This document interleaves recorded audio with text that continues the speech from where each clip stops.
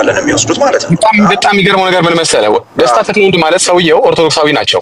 የሚገርም እሳቸው ኦርቶዶክሳዊ ሆኖ የጻፉትን ተመልከት እንግዲህ ማንን አማላጅ ብለው እንደጻፉ እሳቸው እንግዲህ ቋንቋ ነው። ይኸውልህ ኦርቶዶክስ ነኝ ምናምን ነኝ ብሎ ነገር እኮ የለም እዚህ ላይ። ምክንያቱም የቋንቋ ሊቃውንት ከሆኑ የቋንቋውን የሰዋሰው ሕግ መጠበቅ፣ የቋንቋውን እርባታ መጠበቅ፣ የቋንቋውን ስርወ ቃል መጠበቅ ግዴታቸው ነው። ይሄ አለበለዚያ መዝገበ ቃላታቸው ትክክል ሆኖ ሪፈር ልታደርገው አትችልም፣ ልትጠቀምበት አትችልም። ምርጫ የላቸውም።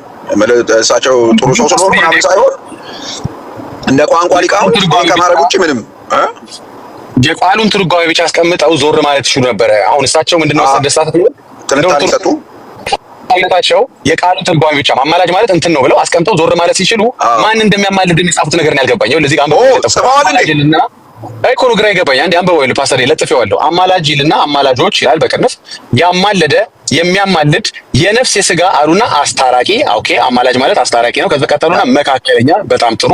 ከዛ ምንድነው የጻፉት መሰለ ዘመን ወደ ኢየሱስ ክርስቶስ ይላል። ለምን አስገቡት? አማላጅ ሰፈር ኢየሱስ ለምን አስገቡት? ኦርቶዶክሳዊ ሆነው በግልጽ ማርያም ነቢያት፣ ሐዋርያት፣ ጻድቃን ብለው አስገብተዋል። ኢየሱስን ለምን አስገቡ? ኦርቶዶክሳዊ ሆነው። ቀጥል ፓስተር።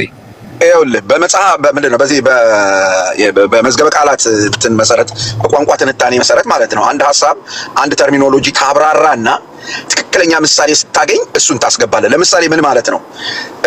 ይሄን ስጠቀም በጣም እየተበሳጨሁ ነው የምጠቀመው። ትዝ ይልህ እንደሆነ የነጮች ዲክሽነሪ ነበረ ስለ ረሃብ ያወሩበት የነበረው።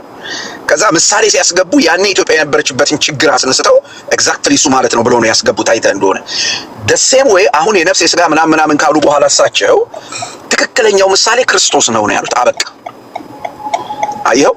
በቃ ይሄ አማላጅ የሚለውን በትክክል የሚገልጠውና የሚሸከመው ክርስቶስ ነው ያሉት።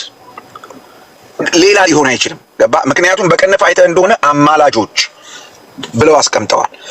ከነዛ አማላጆች ብለው ከጠቀሷቸው ከሚያስቧቸው ውስጥ ግን ትክክለኛው ምሳሌ ትክክለኛው የዚህ ትርጉም የዚህ መዝገበ ቃላት ትርጉም ትክክለኛ ሐሳቡን አማላጅ የሚለውን በትክክል የሚገልጠው ኢየሱስ ክርስቶስ ነው ብለው ነው ይሄን ምሳሌ የተጠቀሙት። መዝገበ ቃላት ስትጠቀም እንደዚህ ነው የምትጠቀመው።